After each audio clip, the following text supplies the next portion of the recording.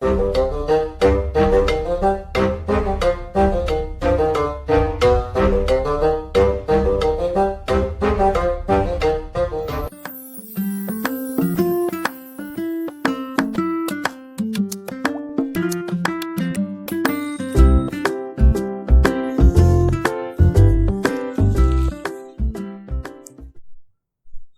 and welcome to your own YouTube channel Space and Time. My name is Sajid and today we are going to start fresh new chapter Magnetism and Matter. એટલે કે ચુંબકત્વ અને દ્રવ્ય. આજે આપણે નવું chapter ચાલુ કરવાના છીએ. 4 ચેપ્ટર્સ આપણા કમ્પ્લીટ થઈ ગયા છે અને હવે આપણે પાંચમું ચેપ્ટર ચલાવીશું. તો આપણે સ્ટાર્ટિંગ કર્યું હતું ઇલેક્ટ્રોમેગ્નેટિઝમ એટલે કે વિદ્યુત ચુંબકીય શાસ્ત્રનું સ્ટાર્ટિંગ કર્યું હતું સ્થિર વિદ્યુત શાસ્ત્રથી. પહેલા 2 ચેપ્ટર, એના પછી વિદ્યુત ભારને આપણે ભગાડ્યો. ત્રીજું ચેપ્ટર ભગાડ્યો તો એની જો અસરો ઉત્પન્ન થઈ ચુંબકીય અસરો, ચોથું ચેપ્ટર, અને પછી પ્યોર ચુંબક. એટલે પહેલા 2 ચેપ્ટર હતા તમારા સ્થિર વિદ્યુત શાસ્ત્ર અને હવે આ ચેપ્ટર છે પ્યોર ચુંબકનો. બરાબર? એટલે ચુંબકત્વ અને દ્રવ્ય. દ્રવ્ય એટલે કયા પદાર્થો ચુંબક બની શકવાની ક્ષમતા ધરાવે છે, અથવા કયા પદાર્થો ઓલરેડી ચુંબક છે, અથવા કયા પદાર્થો ચુંબકત્વ પોતાનું નવેસરથી કેળવી શકે છે, સોર્ટ ઓફ. બરાબર ને? તો આવી બધી વાતો આ ચેપ્ટરમાં ભણવાની છે. ઇઝી ચેપ્ટર છે, નાનું ચેપ્ટર છે, 6 થી 7 લેક્ચર્સનું. ઇમ્પોર્ટન્ટલી આ ચેપ્ટરમાંથી બોર્ડના પરિરૂપમાં કોઈ થિયરી રાઇટિંગ વાળી પૂછાતી નથી. નાના નાના કન્સેપ્ચ્યુઅલ પ્રશ્નો નીકળશે. નાના 2 કે 3 માર્કનો એક દાખલો કદાચ હોઈ શકે, જોઈ લેવું પડશે. તો એ દાખલો નાનો જ હશે, વધારે બહુ માથાકૂટ વાળું ચેપ્ટર છે નહીં. તો થિયરી બહુ ગોખતા નહીં, કન્સેપ્ચ્યુઅલ આને સમજવાનો ટ્રાય કરજો. JEE નીટમાં આમાં કઈ લાંબા લેન્ધી ન્યુમેરિકલ્સ દાખલાઓ પૂછાતા નથી. શોર્ટ કન્સેપ્ટ પૂછાય છે ડાયરેક્ટ. બરાબર? તો કન્સેપ્ટ યાદ રાખવાનો ટ્રાય કરજો. અને હું વારંવાર કહું છું કે ગુરુત્વાકર્ષણ વાળું જે ચેપ્ટર હતું એને તમે ચેપ્ટર નંબર સ્થિર વિદ્યુત શાસ્ત્રનું ચેપ્ટર નંબર 1 વિદ્યુત ભાર અને વિદ્યુત ક્ષેત્ર જોડે કમ્પેર કરો. ચેપ્ટર નંબર 1 અને 2. બરાબર? ગુરુત્વ સ્થિતિમાન, વિદ્યુત સ્થિતિમાન, ગુરુત્વાકર્ષણ બળ, કુલંબ બળ, ગુરુત્વીય ક્ષેત્ર, વિદ્યુત ક્ષેત્ર. એ જ રીતે હવે જે પહેલા 2 ચેપ્ટર છે એને આપણે અહીંયા કમ્પેર કરીશું. ફરીથી પહેલા જે 2 ચેપ્ટર છે આપણા સ્થિત વિદ્યુત શાસ્ત્રના, એને આપણે ચુંબકત્વમાં કમ્પેર કરીશું અહીંયા. ખાસ કરીને ડાયપોલ જોડે. કેમ ડાયપોલ જોડે? કારણ કે ચુંબકીય પદાર્થોને 2 ધ્રુવો ફરજિયાત હોય છે. જેવું વિદ્યુત ભાર મોનો એક્ઝિસ્ટન્સ એટલે કે વિદ્યુત ભાર નું એકલ અસ્તિત્વ છે. ધારો કે 2 કુલમ છે અસ્તિત્વ, -2 કુલમ છે, Na+, Cl-, બંને અલગ અલગ પણ હોઈ શકે. ચુંબકમાં એવું નથી. ચુંબકમાં જોડી જ છે, નોર્થ સાઉથ, ઉત્તર ધ્રુવ, દક્ષિણ ધ્રુવ, બંને સાથે હોય છે. અને સ્થિત વિદ્યુત શાસ્ત્રમાં જે કામ ધન વિદ્યુત ભાર કરતો હતો એ કામ અહીંયા નોર્થ ધ્રુવ એટલે કે ઉત્તર ધ્રુવ કરશે. તો આપણે બિલકુલ પેરેલલ સરખામણી, મતલબ આની ચેપ્ટર નંબર 1 ની આ વસ્તુ હતી, આ સૂત્ર હતું, ચેપ્ટર નંબર 5 માં આ વસ્તુ છે, આ સૂત્ર છે, આ કન્સેપ્ટ છે, આ સૂત્ર. એવી રીતે પેરેલલ ચાલીશું તો ચેપ્ટર નંબર 5 ઈઝી થઈ જશે. નહીં તો નવેસરથી બહુ બધા સૂત્રો યાદ રાખવાની તમારી કેપેસિટી કે મારી કેપેસિટી નથી. તો ચાલુ કરીએ. નોટબુક અને પેન લઈને બેસી જાઓ. આજુબાજુના ડિસ્ટર્બન્સ બિલકુલ 0 કરી દો અને સાથે સાથે લખવાનું ચાલુ કરી દેજો. અચ્છા, ચાલો તો ટાઇટલ લખીએ. ચેપ્ટર 05 અને ચેપ્ટરનું નામ છે ચુંબકત્વ અને દ્રવ્ય. Magnetism and matter. અચ્છા, આમાં થિયરી પાર્ટ થોડો વધારે છે, પણ મેં કીધું તેમ કન્સેપ્ચ્યુઅલ. બહુ થિયરી ગોખવાનો ટ્રાય ના કરતા, નથી પૂછાતી આખી થિયરી. એમાંથી નાની વસ્તુઓ પૂછાઈ શકે, યાદ રાખવાનો ટ્રાય કરજો. અચ્છા, NCERT ની બુકમાં સ્ટાર્ટિંગમાં એવું લખ્યું છે કે ભાઈ મેગ્નેટ નામ કેવી રીતે પડ્યું, કેવી રીતે ગ્રીક લોગોએ આ નામ આપ્યું અને આનો કન્સેપ્ટ થોડો ઘણો વિકસાવ્યો, કેવી રીતે ચાઇનાવાળાઓ આને દિશા શોધવા માટે યુઝ કર્યું. આ બધી વાતો એમ પણ પૂછાતી નથી. હા, તમારા બેસિક ઇન્ટરેસ્ટ માટે તમે એને એક વખત વાંચી લેજો. બરાબર? તો બેસિક થિયરી તો એવી છે, ગઈ વખત જે ગુજરાત બોર્ડની જૂની બુક હતી એમાં બી હતી કે ભરવાડો જે છે એ ખેતરમાં, ગ્રીકમાં, અહીંયા નહીં, ખેતરમાં નહીં પણ એમના જે પશુઓ છે એ ચરાવવા નીકળતા હતા તો એમનું જે લાકડી હોય છે આના નીચે લોખંડનું એ હોય છે, કવર હોય છે. તો એ જ્યારે ચાલતા હતા તો ત્યાં માટી ચોંટી જતી હતી બહુ વધારે માત્રામાં, નોર્મલ કરતા. બરાબર? એટલે કે એમને ખબર પડી કે આ કોઈ ચોક્કસ પ્રકારનો ગુણધર્મ હશે, કોઈ ચોક્કસ પ્રકારનો ગુણધર્મ હશે. તો ત્યાંથી આ ચુંબકત્વની શરૂઆત થઈ છે. તો એનસીઈઆરટીની ચોપડીમાં એક નાની ડેફિનેશન બી આપી છે ચુંબકને, કે લોખંડને આકર્ષવાની વૃત્તિ જેનામાં હોય તે ચુંબક. સિમ્પલ. લોખંડને આકર્ષવાની વૃત્તિ જેનામાં, જે પદાર્થમાં હોય તેને ચુંબક કહે છે. સિમ્પલ. સમજાય છે કે નહીં? લોખંડને આકર્ષવાની જે પદાર્થમાં વૃત્તિ હોય છે તેને ચુંબક કહેવાય છે. જે પદાર્થ લોખંડને આકર્ષી શકે એને ચુંબક કહેવાય છે. બરાબર? અચ્છા,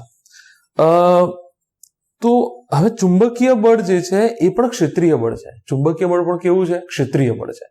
ક્ષેત્રીય બળ એટલે કે નોન કોન્ટેક્ટ ટાઈપનું, એમાં પણ નોન કોન્ટેક્ટ ટાઈપનું. એટલે કે બે ચુંબક તમે પાસ મૂક્યા હોય તો બંને વચ્ચે દોરી નથી બાંધેલી, બંને ચુંબકો કોઈ ક્ષેત્ર ઊભું કરતા હશે, એના કારણે બંને વચ્ચે બળ લાગતું હશે. અને ક્ષેત્રીય બળમાં તમને ખબર છે કે જો તમે બાહ્ય બળથી કાર્ય કરો તો ઉર્જા સંગ્રહાશે. યાદ આવે છે ને કશું? ક્ષેત્રીય બળો, અક્ષેત્રીય બળો યાદ આવતું હશે તમને, રાઈટ? તો ચલો આપણે ચાલુ કરીએ. તો એ બધી બેસિક વાતો નથી કહેતો આમાં અહીંયા હું, કે મેગ્નેટ નામ કેવી રીતે પડ્યું, કેવી રીતે એનો વિકાસ થયો આ શાખાનો, એની વાત નહીં કરીએ. આપણે સીધા આગળ વધીએ છીએ કે શું શું તમારે આ ચેપ્ટરમાં ભણવાનું છે, શું શું તમારે આ ચેપ્ટરમાં ભણવાનું છે. તો સૌથી પહેલા તમારે ભણવાનું છે ચુંબકીય ક્ષેત્ર રેખાઓ. ચુંબકીય ક્ષેત્ર બી, જેનો એકમ ટેસ્લા છે, એની ઓલરેડી તમને નોલેજ ચેપ્ટર નંબર 4 માં છે. ચેપ્ટર નંબર 4-5 એક યુનિટ માનીને ચાલજો. ચુંબકીય ક્ષેત્ર રેખાઓ, બરાબર. એના પછી બાર મેગ્નેટ એટલે કે ગજીયો ચુંબક, એને આપણે બાર મેગ્નેટ નામથી જ ઓળખીશું, કારણ કે ઈઝી રહેશે. અને બાર એટલે ચોકલેટનો બાર આવે છે ને 5 સ્ટારનો, આ બાર ચુંબક કહેવાય. એક છેડો N, એક છેડો S. અચ્છા, આને આપણે મેગ્નેટિક ડાયપોલ બી કહી શકીએ, મેગ્નેટિક દ્વિધ્રુવી ચુંબકીય ડાયપોલ પણ કહી શકીએ આને આપણે ચુંબકીય ડાયપોલ. કેમ? કારણ કે આને હું 1000 ટુકડા કરું ને, યાદ રાખજો આ નાનો કન્સેપ્ટ, આના હું 1000 ટુકડા કરું, દાખલા તરીકે આને વચમાંથી કાપી દીધો મેં, તો પણ આના 2 ધ્રુવો થઈ જશે. એક ધ્રુવી શક્ય જ નથી, એટલે કે મોનોપોલ શક્ય જ નથી આમાં, એક ધ્રુવ શક્ય જ નથી. વિદ્યુત વાળા ચેપ્ટરમાં તમે, સ્થિત વિદ્યુત ભાર વાળા ચેપ્ટરમાં તમે મોનોપોલ શક્ય છે. પહેલા તમે મોનોપોલ જ ભણ્યા ને, 1 કુલમનો અલગ વિદ્યુત ભાર હોય, 2 કુલમનો અલગ વિદ્યુત ભાર, એનું અસ્તિત્વ છે.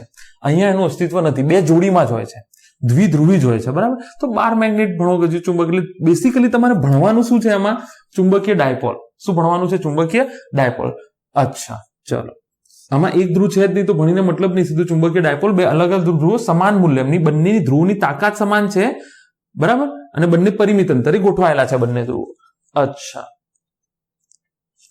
અને ચુંબકીય ડાયપોલ અને એના કારણે ચુંબકીય ક્ષેત્ર અલગ અલગ જગ્યાએ, ચુંબકીય ક્ષેત્ર.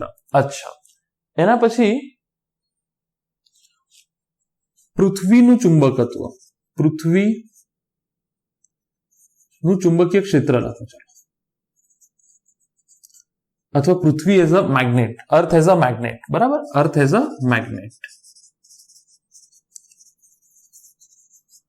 પૃથ્વી પણ એક ખૂબ જ મોટો ચુંબક છે, એટલા માટે તો તમે હોકા યંત્ર યુઝ કરો છો, એટલા માટે તો તમે દિશા સૂચક યંત્ર યુઝ કરો છો. બરાબર ને? મેગ્નેટિક નીડલ જેને કહીએ છીએ, તમે પાયરેટ્સ ઓફ કેરેબિયનમાં જોયેલી હશે. અચ્છા, એના પછી તમે ચુંબકીય દ્રવ્યમાં ચુંબકત્વ, કેવા પ્રકારના દ્રવ્યો ચુંબક બની શકે? બરાબર? એમાં અલગ અલગ પ્રકારના દ્રવ્યો તમે, એમાં તમે અલગ અલગ પ્રકારના દ્રવ્યો તમે ભણશો. ફેરોમેગ્નેટ ભણશો, ડાયમેગ્નેટ ભણશો, પેરામેગ્નેટ ભણશો, પેરીમેગ્નેટ આવે છે, ફેરીમેગ્નેટ આવે છે, એ જોઈ લઈશું સિલેબસમાં છે કે નહીં. બરાબર? ફેરીમેગ્નેટ યા પેરીમેગ્નેટ, ફેરી બી આવે છે, પેરી બી આવે છે. ફેરીમેગ્નેટ તમે ભણશો. બરાબર? તમારા સિલેબસમાં ફેરી અને પેરી કે પેરી ફેરી બંનેમાંથી એક છે કે એ જોઈ લઈશું પછી. બરાબર? તો આટલી વાતો તમે અહીંયા ભણવાના છો, નાનું ચેપ્ટર છે, આટલી વાતો તમે ભણવાના છો. તો અત્યારે શરૂઆતમાં તમે આ 2 વસ્તુઓ આજે ભણશો, આ 2 વસ્તુઓ જે છે એ આજે શરૂઆતમાં તમે ભણશો. અચ્છા, ચલો તો આગળ વધીએ હવે આપણે.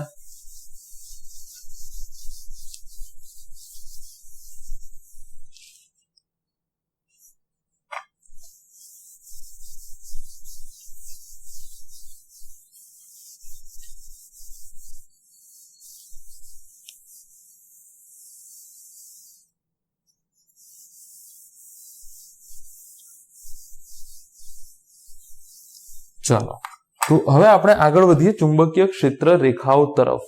હવે આપણે આગળ વધીએ. અચ્છા, એક વસ્તુ રહી ગઈ જે આપણે ચલાવવાનું છે, એમાં એક છેલ્લે લખી નાખજો, હિસ્ટેરિસિસ કર્વ. હિસ્ટેરિસિસ કર્વ અથવા હિસ્ટેરિસિસ ગ્રાફ.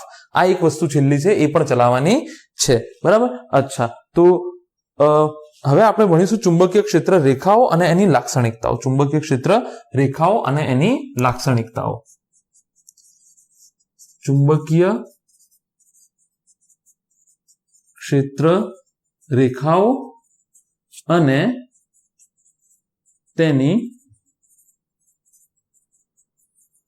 લાક્ષણિકતાઓ. ચુંબકીય ક્ષેત્ર રેખાઓ અને તેની લાક્ષણિકતાઓ. તો સૌથી પહેલા તો આપણે સમજવું પડે કે ચુંબકીય ક્ષેત્ર રેખાઓ છે શું. સૌથી પહેલા સમજવું પડે કે ચુંબકીય ક્ષેત્ર રેખાઓ છે શું.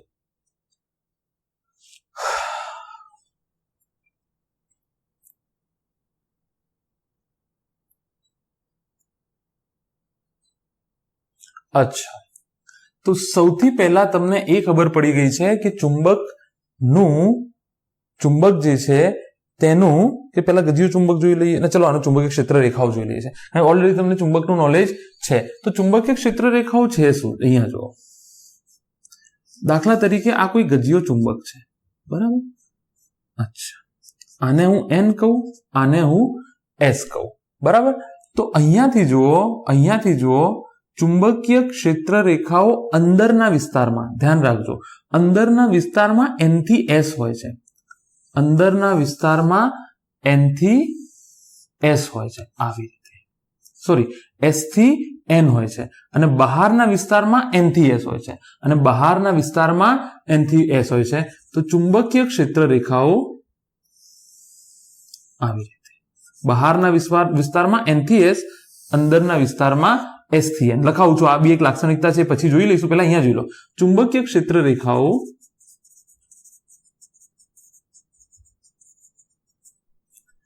એ એવી કાલ્પનિક રેખાઓ છે જે ચુંબકના ઉત્તર ધ્રુવ માંથી નીકળે છે. ચુંબકના ઉત્તર ધ્રુવમાંથી નીકળે છે. અહીંયા એક નાની ટ્રીક તમને હું યાદ અપાઈ દઉં છું કે ત્યાં તમારું શું હતું, જે ધન વિદ્યુત ભાર છે ચુંબકીય ક્ષેત્ર રેખાઓ એમાંથી નીકળતી હતી. હા કે ના? અહીંયા મેગ્નેટમાં ચુંબકીય ક્ષેત્ર રેખાઓ જે છે એ નોર્થમાંથી નીકળે છે. જો નોર્થમાંથી નીકળે છે, નોર્થમાંથી. સાઉથમાં તો એન્ટર થાય છે, સાઉથમાં એન્ટર, નોર્થમાંથી નીકળે છે. આ પકડી લો. ચુંબકીય ક્ષેત્ર રેખાઓ એવી કાલ્પનિક રેખાઓ જે છે જે ચુંબકના ઉત્તર ધ્રુવમાંથી નીકળે છે. જો આમાં તો બહાર જતી હતી ને, તો આ ટ્રીક છે. જે કામ, યાદ રાખી લેજો, જે કામ વિદ્યુત ક્ષેત્રમાં પ્લસ ક્યુ કરતો હતો, અહીંયા એ એન કરશે. જે કામ વિદ્યુત ક્ષેત્ર, આ ચેપ્ટરનો ભાગ નથી, જસ્ટ તમને ટ્રીક આપું છું યાદ રાખવા માટે. જે કામ વિદ્યુત ક્ષેત્રમાં પ્લસ ક્યુ નું હતું, તે કામ અહીં ઉત્તર ધ્રુવનું છે. એસ એટલે સાઉથ પોલ અને એન એટલે નોર્થ પોલ. હવે તમને ખબર છે કે નોર્થ અને સાઉથ જે છે એ ક્યારે એકલ તો એક્ઝિસ્ટ કરતા જ નથી. એકલ ધ્રુવી તો શક્ય જ નથી ચુંબક, એના બે ધ્રુવો હોય. અહીંયા એકલ ધ્રુવી શક્ય છે. તો જે પ્લસ ક્યુ કામ કરતો હતો એ અહીંયા નોર્થ કામ કરે છે, ઉત્તર ધ્રુવ કામ કરે છે. આ યાદ રાખી લેજો, આ યાદ રાખી લેજો. અચ્છા, તો આ એની વ્યાખ્યાની મેં તમને સમજૂતી આપી દીધી કે ચુંબકીય ક્ષેત્ર રેખાઓ એવી કાલ્પનિક રેખાઓ છે જે ચુંબકના ઉત્તર ધ્રુવમાંથી નીકળે છે, જે ચુંબકના ઉત્તર ધ્રુવમાંથી નીકળે છે. અચ્છા,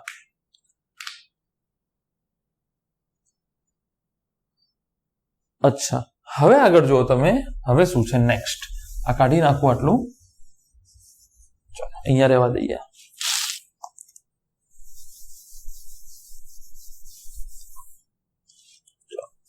હવે નેક્સ્ટ ટોપિક શું છે? તમને વારંવાર હું જે યાદ કરાવું છું એ જ તમારો નેક્સ્ટ ટોપિક છે કે આની વ્યાખ્યા થઈ ગઈ. બરાબર. બે ચુંબકીય એક ધ્રુવી નું અસ્તિત્વ નથી. ચુંબકીય એક ધ્રુવીનું અસ્તિત્વ નથી. એટલે કે તમે અહીંયા જુઓ, ધન ક્યુ અલગ હોઈ શકે, ઋણ ક્યુ અલગ હોઈ શકે. આ પોતાનું આગવું અસ્તિત્વ ધરાવે છે. આ પોતાનું આગવું, ધન અલગ, ઋણ 2 કુલમનો કોઈ ગોળા ઉપર વિદ્યુત ભાર છે તો એ ધન 2 કુલમ જ છે, ઋણ છે જ નહીં ત્યાં, બરાબર. અચ્છા, પણ ચુંબકના કેસમાં તમે ગમે તેવો ચુંબક લો, તમે કોઈ પણ હોર્સશુ લઈ લો, ઘોડાની નાળ જેવું ચુંબક લઈ લો, તમે કોઈ પણ ચુંબક લઈ લો, તમે આવો ચુંબક લઈ લો, બરાબર. કોઈ પણ ચુંબક લઈ લો, એમાં 2 ધ્રુવો હશે, એમાં 2 ધ્રુવો જ હશે. અચ્છા, તમે કહો સર અહીંયાથી કાપી નાખો ને, એક કામ કરો ને, અહીંયાથી આને કાપી નાખો, બરાબર. તો અહીંયાથી મેં એને કાપી નાખ્યું, બરાબર. તો આ n બની જશે, આ s બની જશે, આ n બની જશે, આ s બની જશે. તમે કહો આને બી કાપી નાખો, તો આ ns, આ ns, આ ns, આ ns. એટલે કે ચુંબકીય એક ધ્રુવી શક્ય જ નથી. એટલે બેસિકલી તમને એ મગજમાં આવવું જોઈએ કે અહીંયા તો ડાયપોલ જ ભણવાનું છે, ડાયપોલ થી ચેપ્ટર જ ચાલુ થશે. હા કે ના? એનો મતલબ તો એ જ થયો ને કે ડાયપોલ થી તો ચેપ્ટર જ ચાલુ થશે. અચ્છા, તો ચલો આ મતલબ બી તમને સમજાઈ ગયો. ત્રીજું હવે આપણે જોઈએ, ચલો આ બી કાઢી નાખું છું.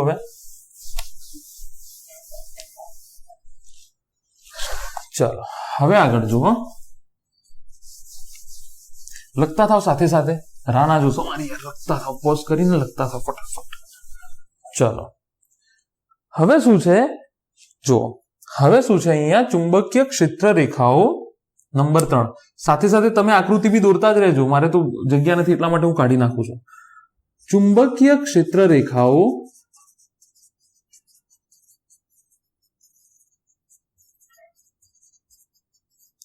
બંધ ગાળો રચે છે. ચુંબકીય ક્ષેત્ર રેખાઓ બંધ ગાળો રચે છે. અહીંયા જુઓ તમે, દાખલા તરીકે આ ચુંબક છે NS, તો તમને ખબર છે કે S માં એન્ટર થાય છે અંદરની બાજુએ,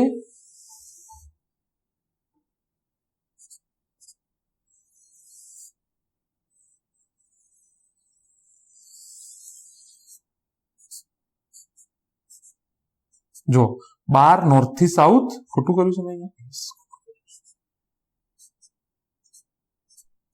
બરાબર. ચુંબકીય ક્ષેત્ર રેખાઓ બંધ ગાળો રચે છે. ચુંબકીય ક્ષેત્ર રેખાઓ શું કરે છે?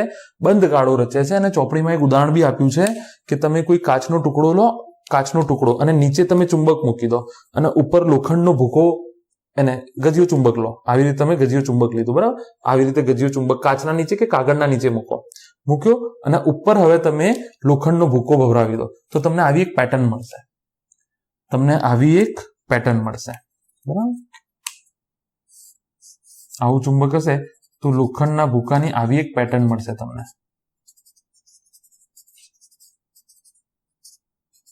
લોખંડના ભૂકાની આવી એક પેટર્ન મળશે તમને, બરાબર. અચ્છા, તો ચુંબકીય ક્ષેત્ર રેખાઓ જે છે એ બંધ ગાળો રચે છે. ચુંબકીય ક્ષેત્ર રેખાઓ જે છે એ બંધ ગાળો રચે છે. અને અહીંયાથી 4 નંબરનું બી હું તમને લખાઈ દઉં, 4 નંબરની લાક્ષણિકતા પણ લખાઈ દઉં કે ચુંબકીય ક્ષેત્ર રેખાઓ ચુંબકના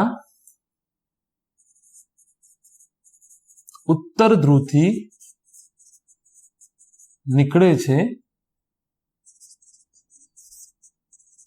દક્ષિણ ધ્રુવમાં પ્રવેશે છે, એટલે કે એન્ટર થાય છે.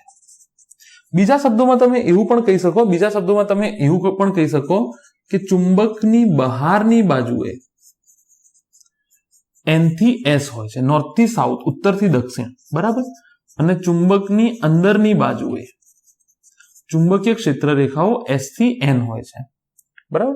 એ ક્ષેત્ર રેખાઓ નો કન્સેપ્ટ જે છે એ કાલ્પનિક કન્સેપ્ટ છે.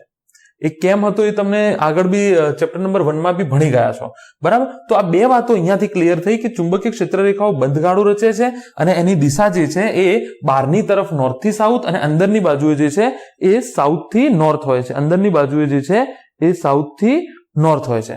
અચ્છા, એક વસ્તુ તમે ઇમ્પોર્ટન્ટ મને પૂછી શકો, તમને કેવી રીતે ખબર પડી? ચલો આ પેટર્ન તો બને છે, એનો મતલબ અંદર જાય છે બહાર આવે છે એ વાત નક્કી, પણ કેમ આવું ના હોઈ શકે?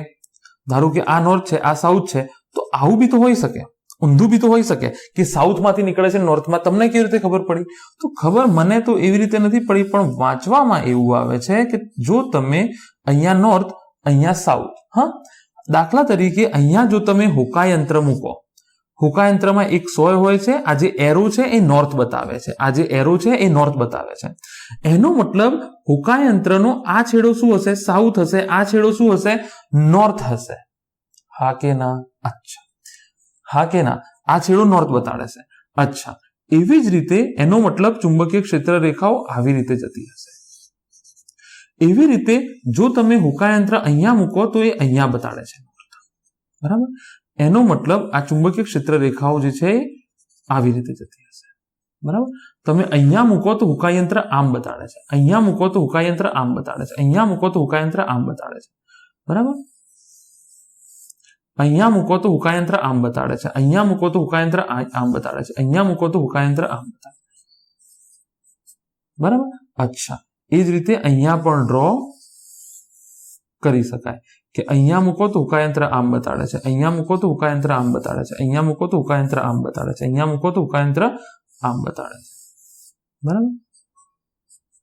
ખબર પડી ને? તો આવી રીતે નક્કી થયું કે જે ચુંબકીય ક્ષેત્ર, કાં તો કશું તો નક્કી કરવું હતું, ક્ષેત્ર રેખાઓ તો કાલ્પનિક છે ને, તો આપણે કશું નક્કી કરવું પડે કે એન્ટ્રી ને એક્ઝિટ ક્યાંથી આપીશું. બંધ ગાળો રચે છે એ વાત નક્કી થઈ ગઈ, પણ એન્ટ્રી ને એક્ઝિટ આપીશું ક્યાંથી? તો આ પ્યોરલી એક કાલ્પનિક ઇમેજિનરી વસ્તુ છે, કે દેખાતી તો નથી નોર્થમાં નીકળે છે એવું સાહેબ, પણ કાલ્પનિક વસ્તુ છે. તમારે કોઈ દિશા તો નક્કી કરવી પડશે ને. ચુંબકીય ક્ષેત્ર જે છે એ સદિશ રાશિ છે, સદિશ રાશિને મૂલ્ય અને દિશા બંને હોય, તો મૂલ્ય નક્કી કરવા માટે તમારે શું કરવું પડશે?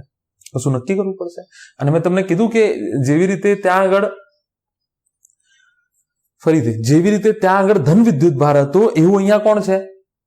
નોર્થ છે. તો માની લો હું અહીંયા નોર્થ મૂકું તો એ ક્યાં ભાગશે? આમ ભાગશે. અહીંયા નોર્થ મૂકું તો એ ક્યાં ભાગશે? આમ ભાગશે. સાઉથ નોર્થ આકર્ષણ, નોર્થ નોર્થ અપાકર્ષણ. તો ત્યાં આગળ આપણે કેવું અન્ડરસ્ટેન્ડિંગ થી લીધું હતું કે આપણે પરીક્ષણ વિદ્યુત ભાર જે છે એ ધન લઈશું, સર્વ સ્વીકૃતિથી. કશું તો નક્કી કરવું પડશે ને. એટલે એવી રીતે જેવું ત્યાં ધન વિદ્યુત ભાર છે, એવું અહીંયા આપણે નોર્થ ને લીધો છે. એ રીતે દિશા નક્કી થઈ છે. ખબર પડી કે ના પડી? એવી રીતે દિશા નક્કી થઈ છે. અચ્છા, ચલો નેક્સ્ટ ટોપિક જોઈએ. હવે શું છે?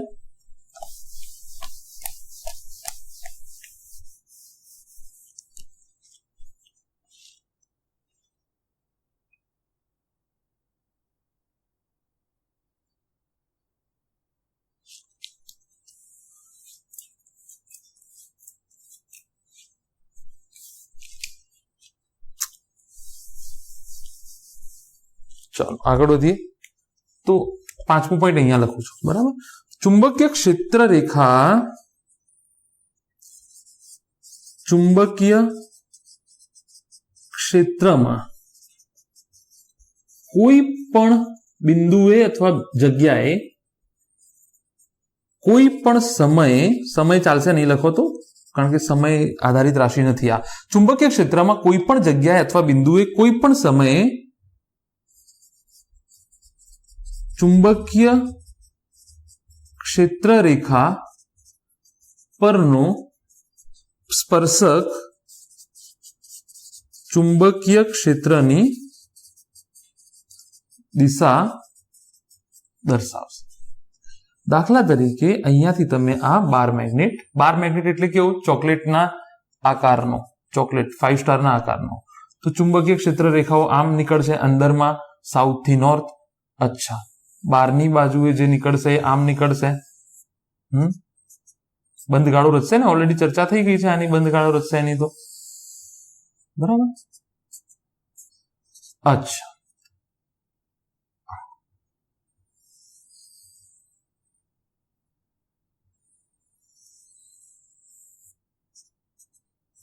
ટચ ના કરાવતા, ભૂલથી બી ટચ ના કરાવતા. અચ્છા, બરાબર? દાખલા તરીકે મને કોઈ એમ કહે કે આ પી બિંદુ છે, ત્યાં આગળ ચુંબકીય ક્ષેત્ર કયું થશે? તો એના સ્પર્શકની દિશા. મને કોઈ કે આ ક્યુ બિંદુ છે, અહીંયા ચુંબકીય ક્ષેત્રની દિશા આ દિશામાં. કોઈ કે આ અહીંયા ચુંબકીય ક્ષેત્રની દિશા, તો એના સ્પર્શકની દિશા. આ આગળ બી વાત થઈ ગઈ છે, આ આગળ બી વાત થઈ ગઈ છે. દાખલા તરીકે અહીંયા તો આ દિશા. જો વિદ્યુત ભાર બંધગાળો રચતો નથી, વિદ્યુત ડાયપોલ લઈ લો, બંધગાળો રચતો નથી, બંધગાળો રચતો નથી. તમે કહેશો આ બનતું છે, બંધ આને ના કહેવાય. બંધ કોને કહેવાય? આખું ફરીને આમ આવે તો બંધ કહેવાય. બરાબર. ચુંબકીય ક્ષેત્ર રેખાઓ બંધગાળો રચતી નથી. યાદ રાખજો, ચુંબક આ ફરક છે બંનેમાં. ચુંબકીય ક્ષેત્ર રેખાઓ બંધગાળો રચતી નથી. સોરી, વિદ્યુત ક્ષેત્ર રેખાઓ બંધગાળો રચતી નથી. વિદ્યુત ક્ષેત્ર રેખાઓ બંધગાળો રચતી નથી, જ્યારે ચુંબકીય ક્ષેત્ર રેખાઓ બંધગાળો રચે છે. અને આ ખબર પડી ગઈ કે ચુંબકીય ક્ષેત્રમાં કોઈ પણ જગ્યાએ કે બિંદુએ કોઈ પણ સમયે ચુંબકીય ક્ષેત્ર રેખા પરનો સ્પર્શક, મને કોઈ કે અહીંયા તો હું કહું આ, મને કોઈ કે અહીંયા તો હું કહું આ દિશા થશે, હું કહું અહીંયા તો આ દિશા થશે. સમજાય કે ના સમજાય? તો ચુંબકીય ક્ષેત્ર રેખામાં કોઈ પણ જગ્યાએ કે બિંદુએ કોઈ પણ સમયે ચુંબકીય ક્ષેત્ર રેખા પરનો સ્પર્શક ચુંબકીય ક્ષેત્રની દિશા દર્શાવશે. ચુંબકીય ક્ષેત્ર રેખાની દિશા દર્શાવશે. અચ્છા, ચાલો, આ વસ્તુ બી ક્લિયર થઈ ગઈ તમને હવે?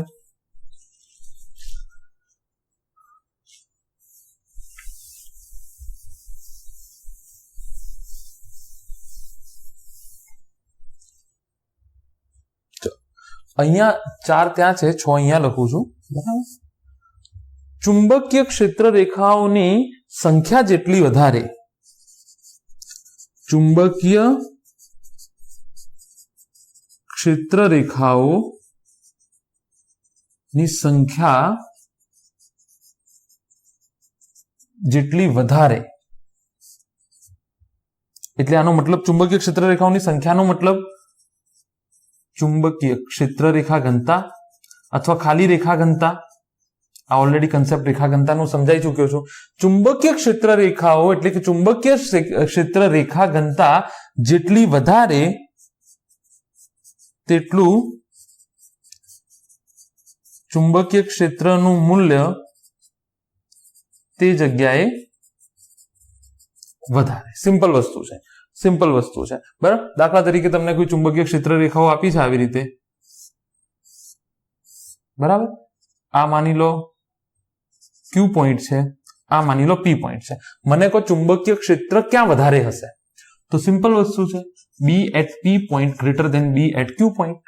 જો અહીંયા ક્ષેત્ર રેખાઓ નજીક નજીક છે એટલે ઘનતા વધારે થઈ, અહીંયા ખુલ્લી ખુલ્લી છે તો ઘનતા ઓછી થઈ. હા કે ના? હા કે ના? બરાબર. રેખા ઘનતા શું થાય? રેખાઓની સંખ્યા પ્રતિ કદ.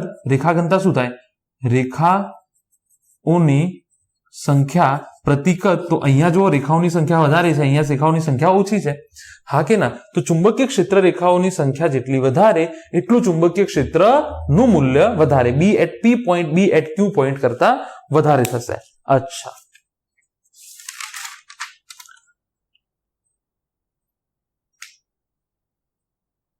ચાલો આગળ વધીએ. હવે આગળનું જે છે હું કાઢતો જઉં છું. આટલું નોટ ડાઉન કરી લો. ચલો અહીંયા કદાચ 6થો પોઈન્ટ આવે તો લખી નાખીએ. અહીંયા 6થો પોઈન્ટ આવી જાય તો લખી નાખીએ.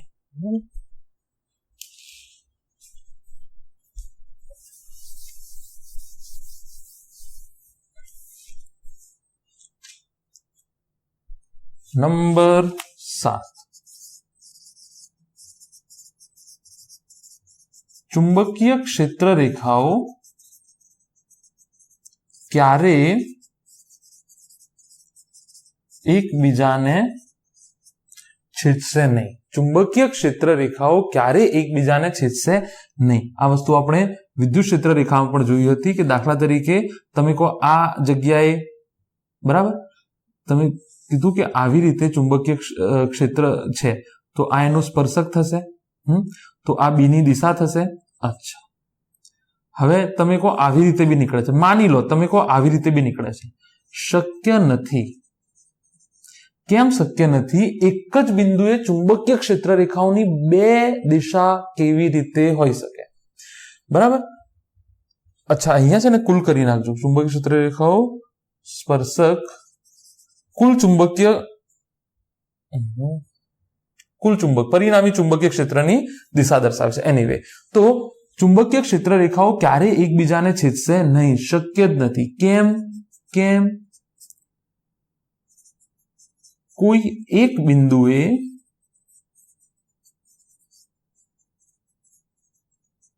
ચુંબકીય ક્ષેત્ર રેખા ની ચુંબકીય ક્ષેત્રની બે દિશા ન જ હોઈ શકે. આ એનો જવાબ છે. આ એનો જવાબ છે. કોઈ એક ચોક્કસ બિંદુએ ચુંબકીય ક્ષેત્ર રેખા કોઈ એક ચોક્કસ બિંદુએ ચુંબકીય ક્ષેત્રની બે દિશા ના જ હોઈ શકે. સ્પર્શક તો એક જ હોય ને, સ્પર્શક તો ભાઈ એક જ હોય. તો આ 7 પોઈન્ટ મેં અહીંયા ચલાવી દીધા છે. ચુંબકીય ક્ષેત્ર રેખાઓ એવી કાલ્પનિક રેખા છે જે ચુંબકના ઉત્તર ધ્રુવમાંથી નીકળે છે. આ નક્કી કરેલું છે આપણે કે આવું રાખો. બરાબર. ચુંબકીય એક ધ્રુવીનું અસ્તિત્વ નથી.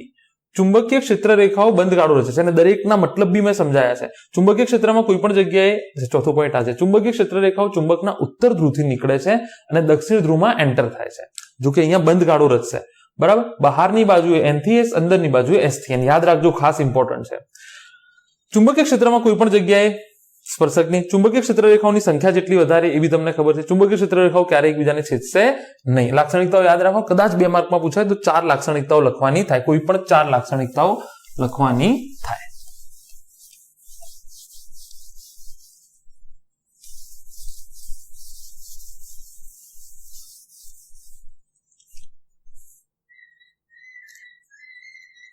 તો ફરીથી હું તમને એક વસ્તુ સમજાવી દઉં અને બહુ ક્લિયર કટ કહી દઉં કે દિશા કેવી રીતે નોર્થ નક્કી થઈ. જે કામ પ્લસ ક્યુ નું હતું અહીંયા એ કામ નોર્થનું છે, યાદ રાખજો. બરાબર. જો આ N, આ S. N થી તમને ખબર છે કે N થી નીકળશે આવી રીતે. આ તો આ હકીકત સ્વીકારીને ચાલો. આ હકીકત સ્વીકારીને ચાલો. આ બંધગાળો રચશે. અહીંયા બંધગાળો બી રચશે. બહાર N થી S. જો આ બહાર શું છે? N થી S. N થી S. S માંથી એન્ટર થશે. અચ્છા, કેવી રીતે નક્કી કર્યું? કેવી રીતે નક્કી કર્યું? કેવી રીતે નક્કી કર્યું? ચલો અહીંયા N S. યાદ છે તમને? ધન ક્યુ વિદ્યુત ભાર, ધન કેપિટલ ક્યુ વિદ્યુત ભાર લઉં. અહીંયા હું પરીક્ષણ વિદ્યુત ભાર લઉં તો એ ક્યાં ભાગશે? આમ ભાગશે. અહીંયા પરીક્ષણ વિદ્યુત ભાર લઉં તો આમ ભાગશે, કારણ કે પરીક્ષણ વિદ્યુત ભારને આપણે ધન સ્વીકારેલો છે. એવી રીતે અહીંયા આપણે પરીક્ષણ જે ધ્રુવ છે એ કયું સ્વીકારેલું છે? N. હવે આ તો એકલ તો અસ્તિત્વ જ નથી, તો હું એક નાનું ગજિયો ચુંબક લઈ લઉં અહીંયા. બરાબર. તો આ બંને વચ્ચે શું થશે? અપાકર્ષણ થશે. આમ ભાગશે. આ ક્ષેત્ર રેખા નથી દર્શાવતો, બળ રેખા દર્શાવું છું. બળ રેખા. આને ધક્કો વાગશે આ દિશામાં. તો અહીંયા આ થયું. બરાબર. હું જો અહીંયા મૂકું તો આને આ બાજુ ધક્કો વાગશે. ક્ષેત્ર રેખા આમ આવે છે કે નહીં? હવે સમજો. એટલે N તો એકલું અસ્તિત્વ ધરાવતું જ નથી. અહીંયા જેવું પ્લસ, પણ માની લો જો અસ્તિત્વ હોત તો આમ ભાગતો. હા કે ના? માની એકલો N હોત તો આમ ભાગતો, અપાકર્ષણ થતું. આ રીતે દિશાઓ નક્કી થયેલી છે. અચ્છા, ચાલો આગળ વધીએ.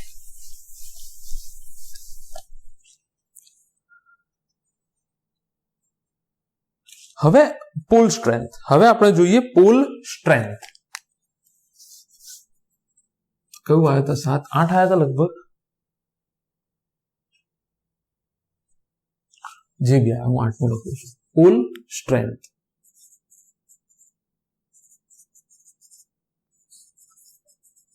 એટલે કે ગુજરાતી આનું મને ખબર નથી. પોલ સ્ટ્રેન્થ, ધ્રુવ સ્ટ્રેન્થ રાખો ને યાર.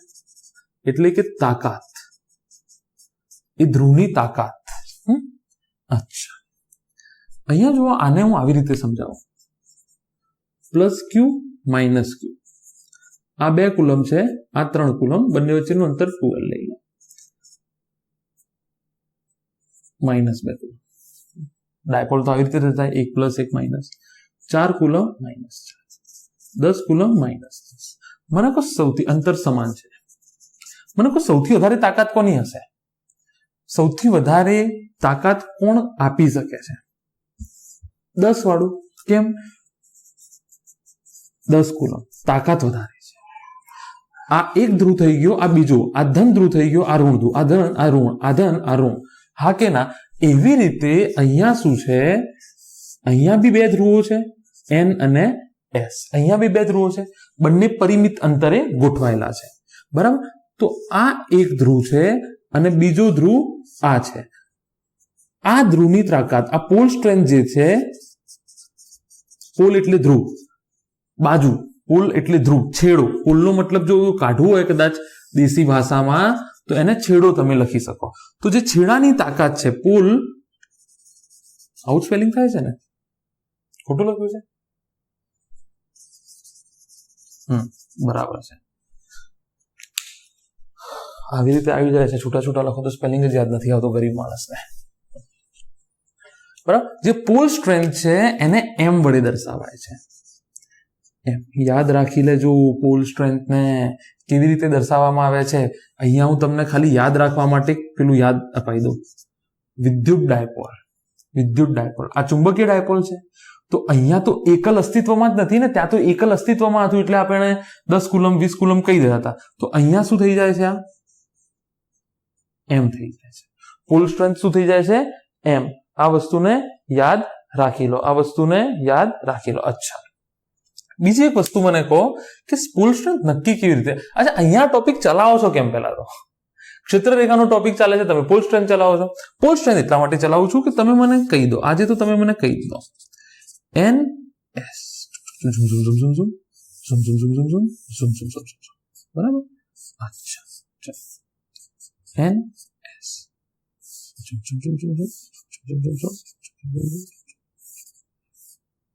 હવે અહીંયા એકબીજાને છેદશે એટલા માટે હું દર્શાવતો નથી, પણ સમજી લો કે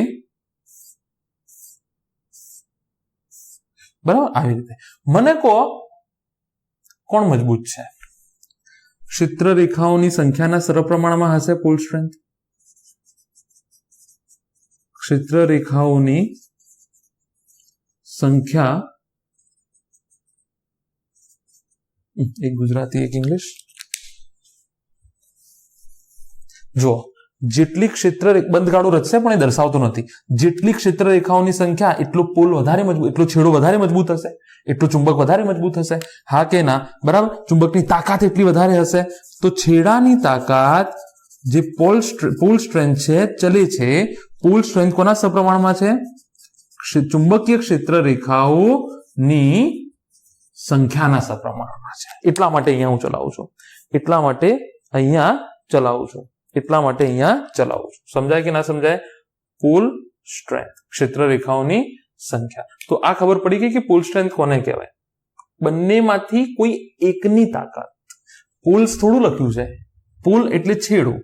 આ છેડો અથવા છેડા, જો અહીંયા પ્લસ ક્યુ માઇનસ ક્યુ, છેડાઓની તાકાત સમાન જ છે, પણ વ્યાખ્યાયિત તો કરવું પડશે ને. બરાબર. તો આ પુલ સ્ટ્રેન્થ થઈ ગઈ. અહીંયા પુલ સ્ટ્રેન્થ, અહીંયા ધ્રુવની તાકાત ક્યુ છે તમારી 10 કુલમ, અહીંયા ધ્રુવની તાકાત 4 કુલમ છે, અહીંયા 2 કુલમ. આ છેડો લો અથવા આ છેડો લો, સમાન જ હશે. બરાબર. તો આ પુલ સ્ટ્રેન્થ થઈ ગયું.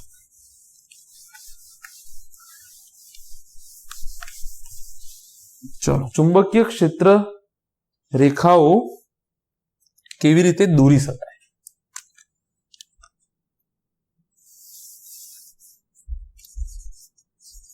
ચુંબકીય ક્ષેત્ર રેખાઓ ની અમુક આકૃતિઓ, અમુક આકૃતિઓ. અચ્છા, તો અહીંયા જો ધારો કે કોઈ તાર છે, એમાંથી I જેટલો પ્રવાહ પસાર થાય છે.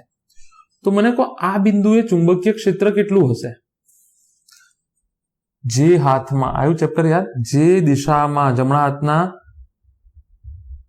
અંગૂઠાનો નિયમ, જે દિશામાં પ્રવાહ જતા હોય એ દિશામાં અંગૂઠો મૂકો. જ્યાં શોધવાનું છે એ દિશા, જ્યાં શોધવાનું છે ત્યાં ટેપ કરો, અંદરની દિશા, એટલે આ દિશા થશે. હા કે ના?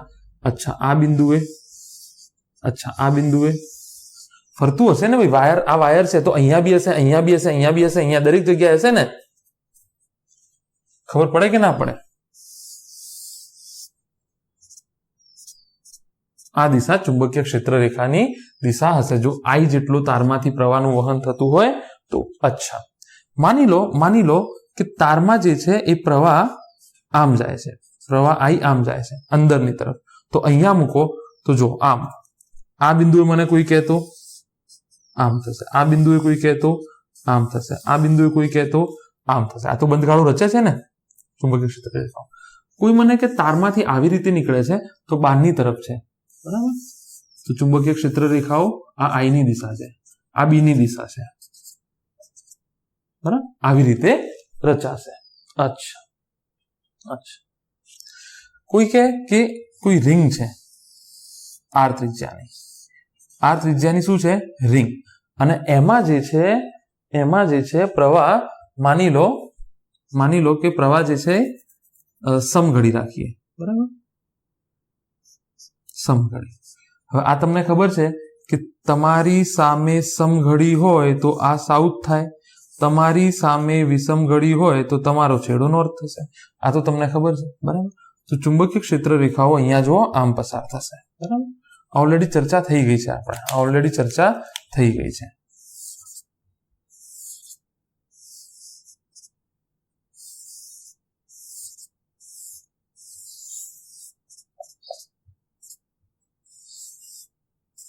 ચુંબકીય ક્ષેત્ર રેખાઓ આ પ્રકારે રચાશે. મતલબ આમ રિંગ છે ને, આમ તો આમ અંદર આવશે, આમ જો રિંગ આવી છે તો ચુંબકીય ક્ષેત્ર આવી રીતે બનશે, બરાબર. ખબર પડે કે ના પડે? અચ્છા, ચાલો.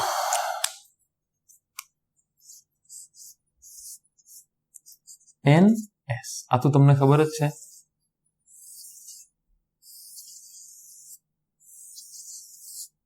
બરાબર, વ્યવસ્થિત થોડું તમે દોરી શકો છો. બહારની સાઈડ N થી S, અંદરની બાજુ S થી N. અચ્છા, એક હોમવર્ક આપી દઉં છું, બુકમાં જોઈ લેજો. સોલેનોઇડમાંથી શું ઘણી બધી રીંગો જ છે. આમાંથી જો I પ્રવાહ વહેતો હોય તો ચુંબકીય ક્ષેત્ર રેખા કેવી હશે? તમે કમ્પેર કરી શકો છો સોલેનોઇડ અને ગજ્યો ચુંબક, સોલેનોઇડ અને ગજ્યો. આમાં ક્ષેત્ર રેખા કેવી આવશે? હોમવર્ક આપી દઉં છું, બુકમાં આપેલું છે, જોઈ લેજો. બુકમાં આપેલું છે, એક વખત જોઈ લેજો. NCERT ની બુકમાં આપેલું છે, બીજા કે ત્રીજા પેજ ઉપર. અચ્છા, ચાલો.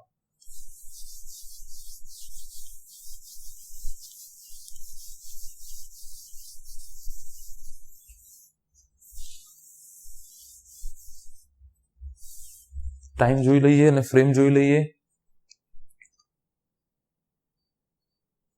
અચ્છા, ચાલો.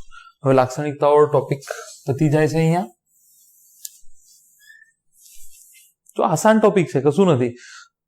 હવે તમે પાકડ થઈ ગયા છો. પહેલું ચેપ્ટર ધીરે ધીરે ચલાવવાનું એક કારણ એ બી હતું કે તમે નવા હતા ત્યાં આગળ. યંત્રશાસ્ત્ર, થર્મોડાયનેમિક્સ, તરંગો શીખ્યા પછી તમે અહીંયા આવ્યા હતા. હવે તમે ઓલરેડી આમાં જૂના થઈ ગયા છો. 3 ચેપ્ટર ચાલી ગયા, તમને ફટાફટ કેચ થવું જોઈએ. આગળના ચેપ્ટર સારા હશે તો અહીંયા વાંધો આવશે નહીં. અચ્છા, હવે આપણે ભણીએ બાર મેગ્નેટ. બાર મેગ્નેટ એટલે કે ગજ્યો ચુંબક. આને જ ગજ્યો ચુંબક કહે છે ને. જો હું આકૃતિ બનાવું છું, બાર એટલે આ બાર કહેવાય, આ બાર કહેવાય. જે 5 સ્ટાર આવે છે ને, એક્ઝેક્ટ સળિયો ટાઈપ, સળિયાનો ટાઈપ. બાર એટલે સળિયાનો ટાઈપ. મતલબ સળિયાનો મતલબ કે એના એક પરિમાણ એનું વધારે ડોમિનન્ટ હોય છે બાકીના 2 પરિમાણ કરતા, એને બાર કહેવાય.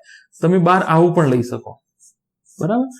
એક પરિમાણ જો વધારે છે, લંબાઈ વધારે છે, પહોળાઈ અને ઊંચાઈ જે છે તે ઓછી છે, આને તમે બાર મેગ્નેટ કહી શકો. આનો એક છેડો N હોય છે અને બીજો છેડો S હોય છે.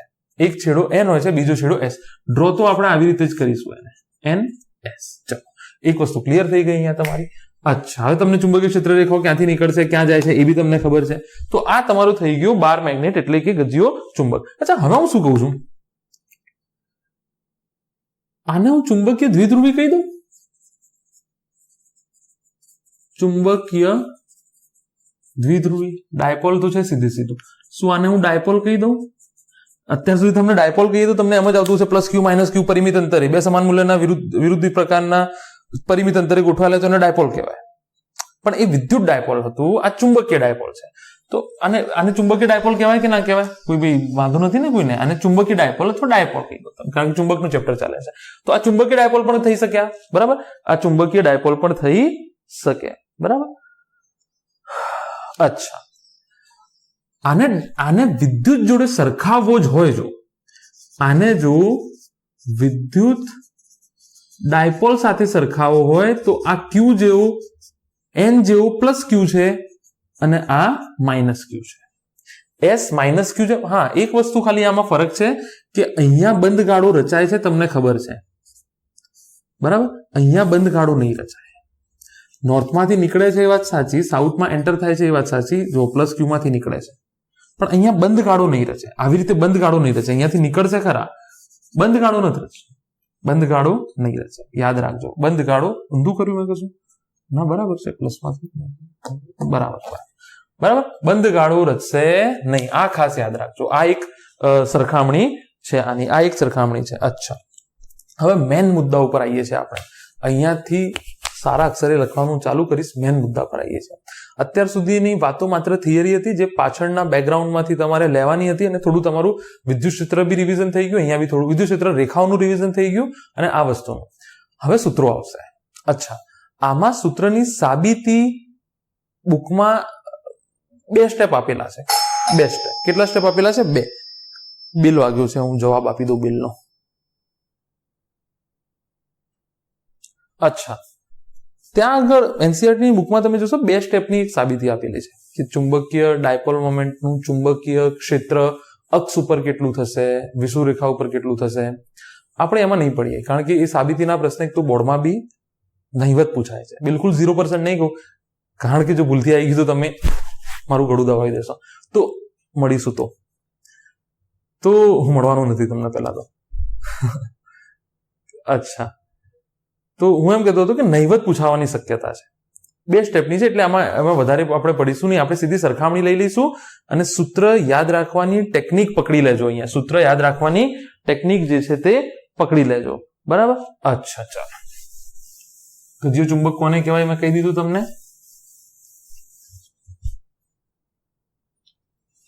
અહીંયા આપણે સીધી સરખામણી લઈશું. અહીંયા આપણે એમ તો સરખામણી કરવાની ના પાડી છે એનસીઈઆરટીએ, પણ સારી બુક્સમાં સરખામણી કરેલી છે. બહુ સારી બુક્સમાં, ઇવન એન્જિનિયરિંગ લેવલની જે બુક્સ છે એમાં બી સરખામણી કરેલી છે. એનસીઈઆરટી કોઈ ખાસ કારણોસર સરખામણી નથી કરી. કોની સરખામણીની વાત કરો છો એ તો કહો જરા. તો આપણે સરખામણીની વાત કરીએ છીએ વિદ્યુત દ્વિધ્રુવી અને ચુંબકીય દ્વિધ્રુવી, એટલે વિદ્યુત ડાયપોલ અને ચુંબકીય ડાયપોલ. અચ્છા, તો વિદ્યુત ડાયપોલ દ્વિધ્રુવી. ડાયપોલ એટલે ખબર છે તમને, ડાયપોલ લખીએ તો તમને થોડું ઈઝી લાગશે, અને કોઈ ઇંગ્લિશ મીડિયમની ચોપડી વાંચતો હોય તો એના માટે બી ઈઝી થઈ જાય. ડાયપોલ. આ 2 બાબતો જે છે એ આપણે અહીંયા ભણીશું. બરાબર? વચમાં હું એક દિવાલ બનાવી દઉં છું. બરાબર? સરખામણી છે, તફાવત નથી. શું છે? સરખામણી છે, તફાવત નથી. ધ્યાનથી જોજો. અચ્છા, નંબર 1, જો હું કોઈ ધન વિદ્યુત ભાર લઉં તો એનાથી r અંતરે p બિંદુએ ઇલેક્ટ્રિક ફિલ્ડ થઈ જશે. સદિશ નથી લખતો, ખાલી મૂલ્ય લખું છું. દિશા તમને નક્કી કરતા આવડે છે ઓલરેડી, કે બહારની બાજુ હશે આ બાજુ. બરાબર? કે q upon r² થઈ જશે. કે q upon r² થઈ જશે. આ હકીકત તમને ઓલરેડી ખબર છે. બરાબર? અચ્છા, ઇમ્પોર્ટન્ટ વાત કે અહીંયા કે શું છે, પહેલી વખત લખી નાખું છું, વારંવાર નહીં લખું. કે છે 1/4πε0. અહીંયા કે શું છે? અચળાંક. કુલમ અચળાંક એનું નામ છે, પણ હું ખાલી અચળાંક કહું છું. 1/4πε0. 1/4πε0.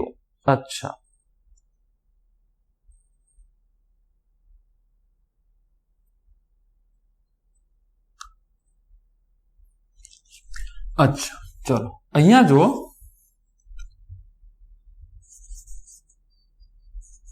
ચુંબકીય એક ધ્રુવીને કારણે શક્ય નથી. કાલ્પનિક લખું છું. આ જે પહેલો મુદ્દો છે એના કારણે એનસીઈઆરટી ના પાડે છે કે સરખામણી ના કરશો, પણ ચાલશે, આપણે કરી લઈએ.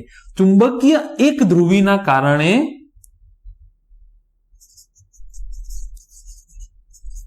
કોઈ બિંદુએ ચુંબકીય ક્ષેત્ર, દાખલા તરીકે કોઈ એક ધ્રુવ આપ્યો છે, નોર્થ. શક્ય જ નથી. ફરીથી રિપીટ કરું છું, મારી સાથે બોલો, શક્ય નથી. કોઈ ગાંડું ગણશે મને નહીં, પણ જો સરખામણી કરશો તો ચેપ્ટર એકદમ આસાન થઈ જશે તમારા માટે. સારી બુક્સમાં સરખામણી કરેલી છે. બરાબર? માની લો કે છે, તો r અંતરે p બિંદુએ, અહીંયાથી લખું છું, જો ઈ ની જગ્યાએ શું લખું? ચુંબકીય ક્ષેત્ર બી જેનું એકમ ટેસ્લા છે, તમને ખબર છે. કે તો અચળાંક છે, કે નો કે છોડી દઈએ. ક્યુ, અચ્છા ક્યુ જે છે આ ક્યુ શું છે? ધ્રુવની તાકાત, પોલ સ્ટ્રેન્થ. યાદ આવ્યું કે નહીં? જેવું ક્યુ છે એવું અહીંયા શું લખું? Pole strength upon r square. હું અહીંયા લખી દઉં છું કે વિદ્યુત ક્ષેત્રમાં જેવું ક્યુ છે એવું અહીંયા પોલ સ્ટ્રેન્થ છે. આ બંને પોલ સ્ટ્રેન્થ છે, બરાબર. ધ્રુવની તાકાત, કોઈ એક ધ્રુવની તાકાત જેવું ક્યુ છે એવો એમ છે. યાદ રાખજો, એમ દળ નથી, પોલ સ્ટ્રેન્થ છે. એમ શું છે? Pole strength. એનો એકમ હું તમને હોમવર્કમાં આપી દઉં છું. એમ પોલ સ્ટ્રેન્થનું જે એકમ છે અહીંયાથી તમે નીકાળી નાખો, br સ્ક્વેર બાય કે. પણ અહીંયા કે શું થશે તમને ખબર છે? કે પરમિએબિલિટી થશે નહીં? કે અહીંયા તમને ખબર છે μ0 અપોન 4π થશે. μ0 અપોન 4π થશે, બરાબર. જસ્ટ સરખામણી કરીએ છીએ, μ0 અપોન 4π. તો આ સૂત્ર શું થઈ જશે? હવે તમને ખબર પડી ગઈ હશે કે બી બરાબર μ0 by 4π m by r square. μ0 પણ હું તમને યાદ આ રાખવાનું કહીશ, આ બે વસ્તુ યાદ રાખવાનું કહીશ. અહીંયાથી બનાવી લેજો, અહીંયાથી જે છે તે બનાવી લેજો. સમજાય કે ના સમજાય? અચ્છા, ઈઝી છે, બરાબર.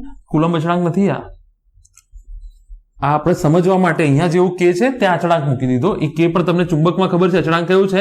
μ0 પણ 4π છે, પરમિએબિલિટી. માધ્યમની કેટલી ક્ષમતા છે ચુંબકીય ક્ષેત્ર રેખાને પસાર થવા દેવાની, એ છે માધ્યમ. શૂન્ય અવકાશમાં પરમિએબિલિટી μ0 પણ 4π. ભણીશું આગળ ધીરે ધીરે, આની ડિટેલમાં ચર્ચા કરીશું. ચાલો, આ મોનોપોલ થઈ ગયો. આ શું થઈ ગયું? મોનોપોલ થઈ ગયો. અચ્છા,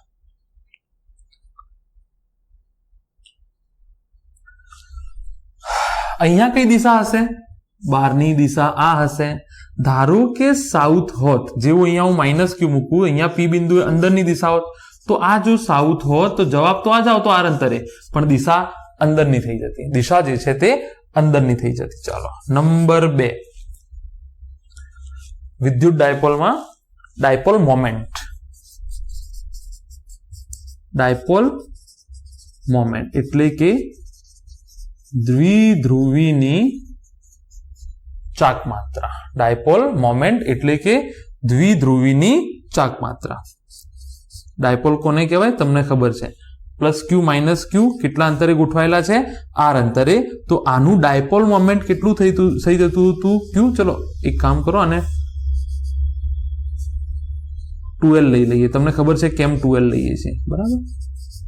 આ એલ અથવા 2l હોય તો 2l લઈ લો, બંને વચ્ચેનું અંતર. કારણ કે મોટાભાગના અંતરો તમે દ્રવ્યમાન કેન્દ્રથી માપો છો તો તમારે ગણતરી આસાન થઈ જાય. એલ તો 2l લઈ લીધું. તો એક ગમે તે એકનું સદિશ રાશિ છે, અને દિશા ક્યાંથી ક્યાંની થઈ જશે? માઇનસ ક્યુ થી પ્લસ ક્યુની. માઇનસ ક્યુ થી પ્લસ ક્યુની ડાયપોલની દિશા આ થઈ જશે. તમને ખબર છે ડાયપોલની દિશા વિદ્યુત ક્ષેત્રની દિશા કરતા ઉલટી હોય છે, હા કે ના? તો P ઇઝ ઇક્વલ ટુ બંનેમાંથી કોઈ એક વિદ્યુત ભાર ગુણ્યા બંને વચ્ચેનું અંતર. આ ડાયપોલ મોમેન્ટ થઈ ગયું, બરાબર. અહીંયા 2 લખું. અહીંયા ડાયપોલ મોમેન્ટ, ચુંબકીય ડાયપોલ મોમેન્ટ. ચુંબકીય ડાયપોલ મોમેન્ટ તમને લાસ્ટ થિયરીમાં ખબર હશે, રિંગ વાળામાં મેં ચલાવ્યું હતું IA. તો આનો એકમ તમને ખબર છે એમ્પિયર મીટર સ્ક્વેર. આનો એકમ તમને ખબર છે એમ્પિયર મીટર સ્ક્વેર. અહીંયાથી એકમ યાદ રાખી લો. અહીંયા આનું બાકી કોઈ ખાસ કામ છે નહીં, એટલે સાચું છે ખોટું નથી, પણ અહીંયા વિદ્યુત પ્રવાહની વાત જ નથી, ચુંબક જ છે સીધો.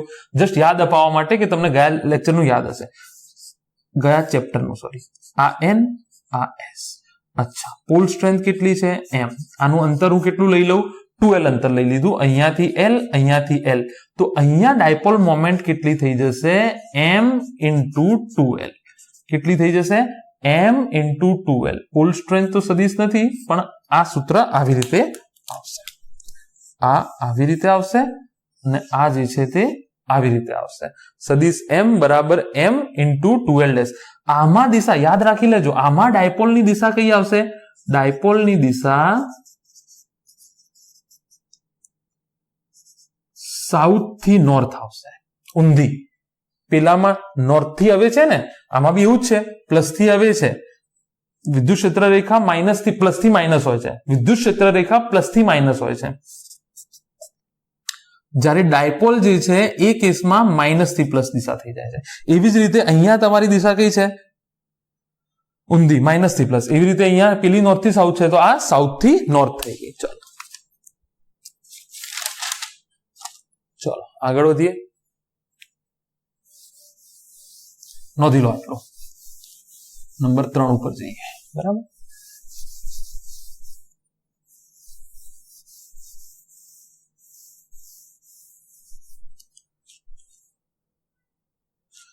चलो विद्युत क्षेत्र रेखा,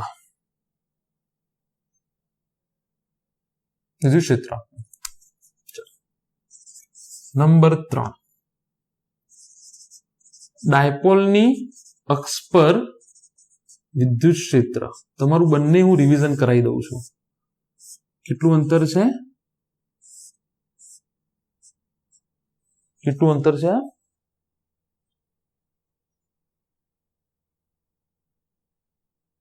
ડાયપોલ થી આર અંતરે. ડાયપોલ ગમે તેટલું છે, ડાયપોલ તો માની લો 2L છે. આ માઇનસ ક્યુ, આ અક્ષ ઉપર પી બિંદુ કેટલા અંતરે? આર અંતરે. તો આનું સૂત્ર તમને ખબર છે, આ કેટલું હતું? Kp upon r square, kp upon r cube, 2 kp upon r cube. કેટલું હતું? 2 કેપી અપોન આર ક્યુબ. કે બરાબર 1/4πε0. તમને ખબર છે પી બરાબર ક્યુ ઇન્ટુ 2a. આનું સદિશ સ્વરૂપ લખવું હોય તો પણ તમને ખબર છે 2 kp upon r square r caret. 2 kp upon r square. પણ આજ યાદ રાખો, તમારા માટે કામનું આ છે. આ તો જસ્ટ એમ જ તમારા માટે કામનું આ છે. બરાબર. એવી રીતે ગજિયા ચુંબકની અક્ષ પર ચુંબકીય ક્ષેત્ર કેટલું થશે? એસ એન, આ 2L લઈ લો.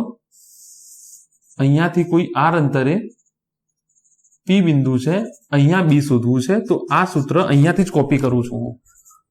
2k કેપિટલ એમ ડાયપોલ મોમેન્ટ, તો પેલું શું થઈ ગયું? Capital m upon r cube. 2km upon r cube. અચ્છા, બરાબર. તો અહીંયાથી તમે આવું લખી શકો 2μ0/4π પોલ સ્ટ્રેન્થ ઇન્ટુ 2L. હા કે ના? જો ધીરે ધીરે ચાલો, યાદ રહી જશે. ટેબલ બનાવી લો આનું, મસ્ત યાદ રહી જશે. અચ્છા, નંબર 4 વિષુવરેખા ઉપર.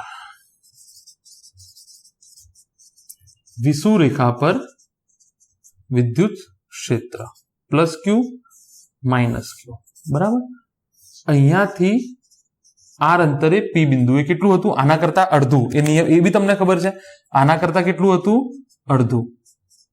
KP upon r q, kp upon r q. બરાબર. અહીંયા બી જોઈ લઈએ. વિષુવરેખા પર ચુંબકીય ક્ષેત્ર. વિષુવરેખા એટલે તમને અહીંયા હું સમજાવી દઉં છું. એન એસ, આ વચ્ચે વિષુવરેખા, આ પી બિંદુ કયા અંતરે? અહીંયાથી આર અંતરે. ગયા વખતે છે ને ગુજરાત બોર્ડની ચોપડીમાંની સાબિતીઓ હતી, અત્યારે આમાં સાબિતી તમારી હવે એનસીઆરટીમાં સાબિતી નથી. શું થઈ જશે? અડધું થઈ જશે આના કરતા. Km upon r q. અહીંયા તમે સૂત્ર આવી રીતે લખી શકો μ0/4π m ઇન્ટુ 2L. એમ તો તમને ખબર છે m ઇન્ટુ 2L થશે. એમ ઓલરેડી આગળ ચર્ચા થઈ ગઈ છે. જેવું પી ની જગ્યાએ તમે q ઇન્ટુ 2L લખી શકો તેવી રીતે. બરાબર. તો તમે તો આજ યાદ રાખી લો. તમે આજ યાદ રાખી લો. બરાબર ને? સરખામણી કરતા જાઓ, સાથે સાથે સરખામણી કરતા જાઓ. અચ્છા, ચાલો.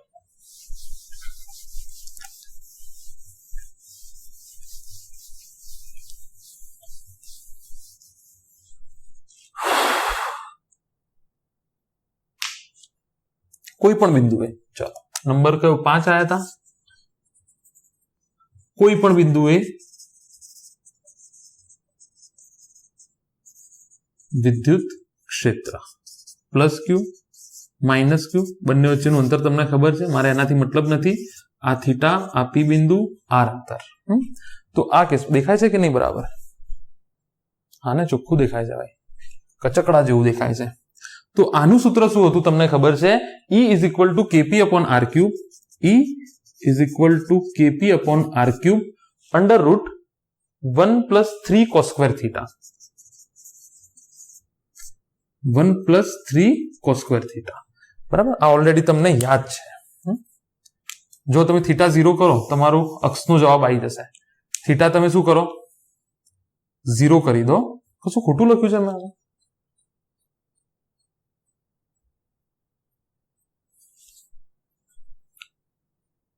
જો તમે થીટા 0 કરી દો.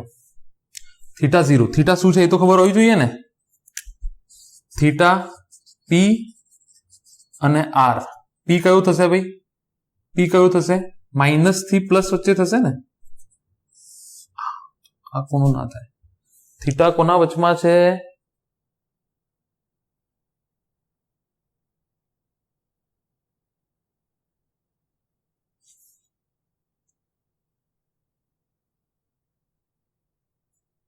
વિદ્યુત ક્ષેત્ર રેખા પી અને આર વચ્ચેનો ખૂણો, આ ખૂણો છે થીટા. યાદ રાખી લેજો, આર વચ્ચેનો ખૂણો, પી અને આર વચ્ચેનો ખૂણો. આ પી બિંદુ છે. પી એટલે ડાયપોલ મોમેન્ટની વાત છે. અહીંયા થીટા તમે 0 લો, જો 2 kp upon r cube.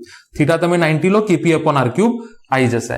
બરાબર, kp upon r cube આવી જશે. અચ્છા, એવી રીતે અહીંયા કોઈ પણ બિંદુએ ચુંબકીય ક્ષેત્ર NS, પી બિંદુ, અહીંયાથી ખૂણો, અહીંયાથી ખૂણો. બરાબર,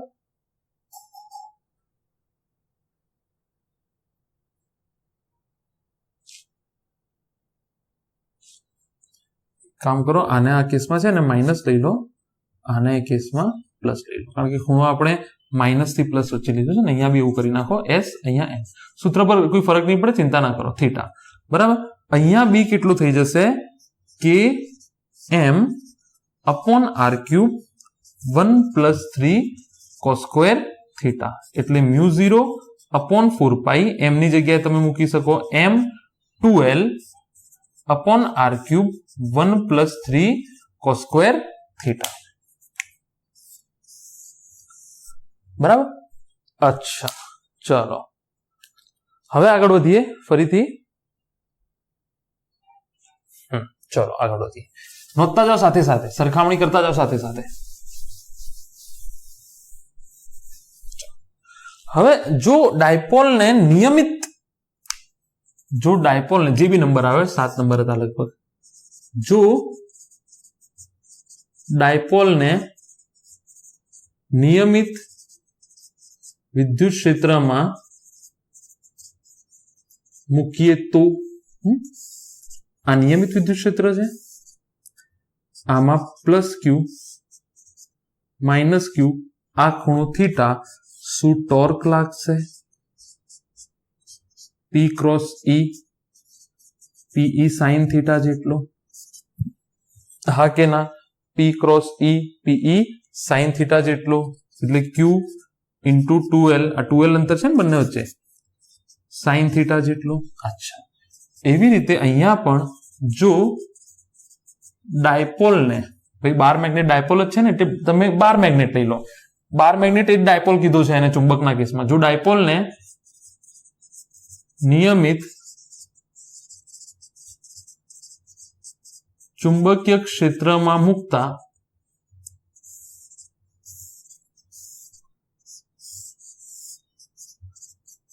ખૂણો કેટલો છે? થીટા. તો અહીંયા ટોર્ક લાગશે પી જેવું એમ ક્રોસ બી. આના તો દાખલા બી તમે ગણી નાખ્યા છે. એમ બી સાઇન થીટા. એમ કેટલું થઈ જશે? એમ 2l સાઇન થીટા. બાર મેગ્નેટના કેસમાં પોલ સ્ટ્રેન્થ આવશે.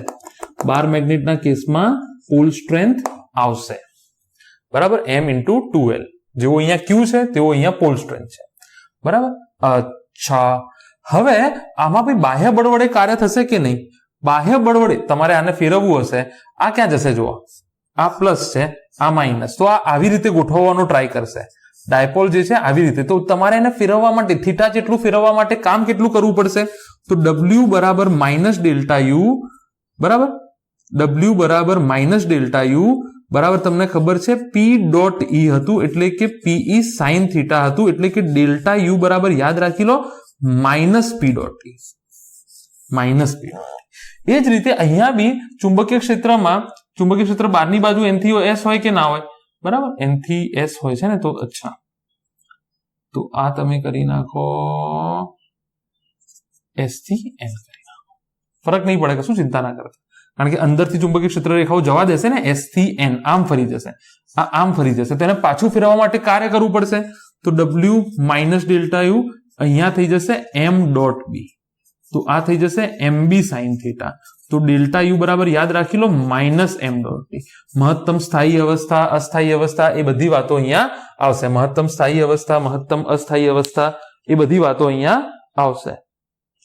અચ્છા, ટાઈમ જોઈ લઈએ, ભૂખ બી લાગી રહી છે.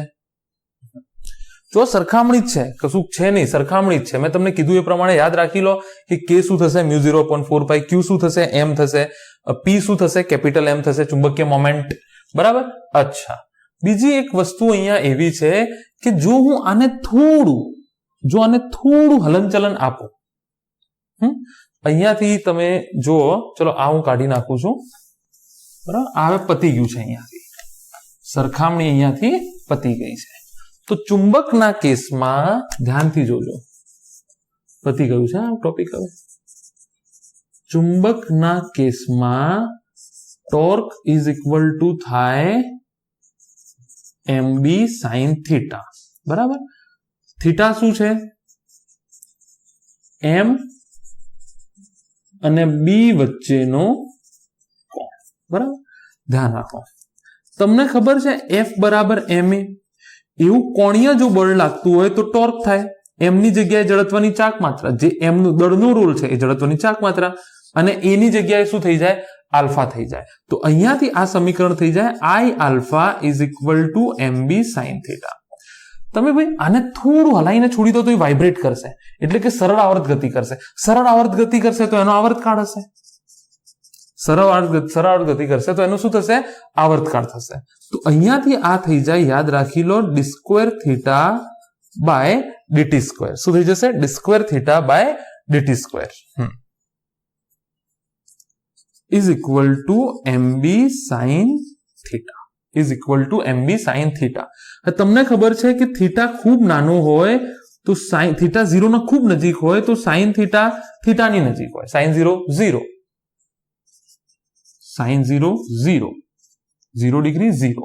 હા કે ના? બરાબર, સમજાય કે થીટા ખૂબ નાનો હોય તો એને સાઇન થીટાને તમે થીટા લખી શકો. તો આ કેસમાં થઈ જાય d square theta by dt square બરાબર mb થીટા. શું થઈ જશે, mb થીટા.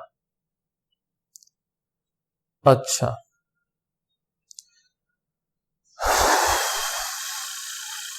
અહીંયાથી તમે થોડું સાદુરૂપ આપશો તો યાદ રાખો ઓમેગા સ્ક્વેર થઈ જશે mb. m શું છે, મેગ્નેટિક મોમેન્ટ છે, પોલ સ્ટ્રેન્થ નથી, કેપિટલ છે. ઓમેગા સ્ક્વેર કેટલું થઈ જશે, mb.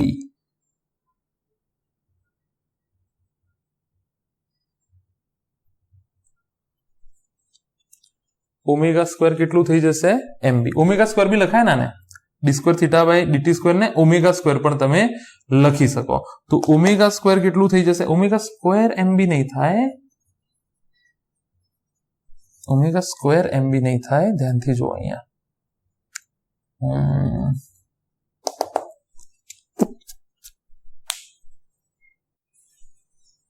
અચ્છા, અહીંયાથી જુઓ, હવે તમે અહીંયાથી આ થઈ જશે d square theta by dt square is equal to mb by i theta. આને સરળ આવર્ત ગતિનું જે સમીકરણ છે એની જોડે સરખાઈએ. D square x by dt square સરળ આવર્ત ગતિ is equal to omega square x. D square x by dt square બરાબર ઓમેગા સ્ક્વેર એક્સ. જો એક્સ જેવું થીટા છે, એક્સ જેવું થીટા છે, તો ઓમેગા સ્ક્વેર જેવું શું હોય, mb બાય i. તો ઓમેગા સ્ક્વેર બરાબર કેપિટલ mb બાય i. હા, રાઈટ. તો અહીંયાથી તમે લખી શકો ઓમેગા બરાબર mb બાય i. હવે ઓમેગાની જગ્યાએ તમે લખી શકો 2 પાઈ બાય ટી બરાબર mb બાય i. બરાબર, તો અહીંયાથી t બરાબર થઈ જશે 2 પાઈ i બાય MB. અહીંયાથી F નું સમીકરણ તમને પૂછી શકે. દાખલા માટે વાત કરું છું કે ધારો કે કોઈ ચુંબકીય ક્ષેત્રમાં કોઈ ગજીયો ચુંબક મૂક્યો અને થોડું થીટા જેટલું સ્થાનાંતર આપો તો એનો આવર્તકાળ શોધો તમે. તો અહીંયાથી એ તમને મળી જશે. સળિયાનો I આવશે. સળિયાનો I તમને જડત્વની ચાક માત્રા ખબર હોવી જોઈએ. સળિયાનો I જે છે એ તમને ખબર હોવી જોઈએ. તો બસ અહીંયા આ લેક્ચર. હા, અહીંયા તમે ખાસ કેસ પૂછી શકે. અહીંયા બી ટોર્કમાં બી ખાસ કેસ પૂછી શકે કે આ તો આગળ ચર્ચા થઈ ગઈ છે. થીટા 0 હોય તો શું થાય, થીટા 90 હોય તો શું થાય, થીટા 0 હોય તો શું થાય, 180 હોય તો શું થાય, 90 હોય તો શું થાય. આ બધું ઓલરેડી થઈ ગયું છે. તો તમે ફટાફટ એને લખી નાખજો સ્પેશિયલ કેસ કરીને કે 0 હોય તો શું થાય, 90 હોય તો શું થાય એન્ડ સો ઓન. બરાબર? તો મગજમાં બિલકુલ ફિટ બેસાડી લો દાખલા. મગજમાં બિલકુલ ફિટ બેસાડી લો. So I hope you enjoyed this lecture. We'll see you again in next lecture. Until then, stay safe, stay home and all the very best.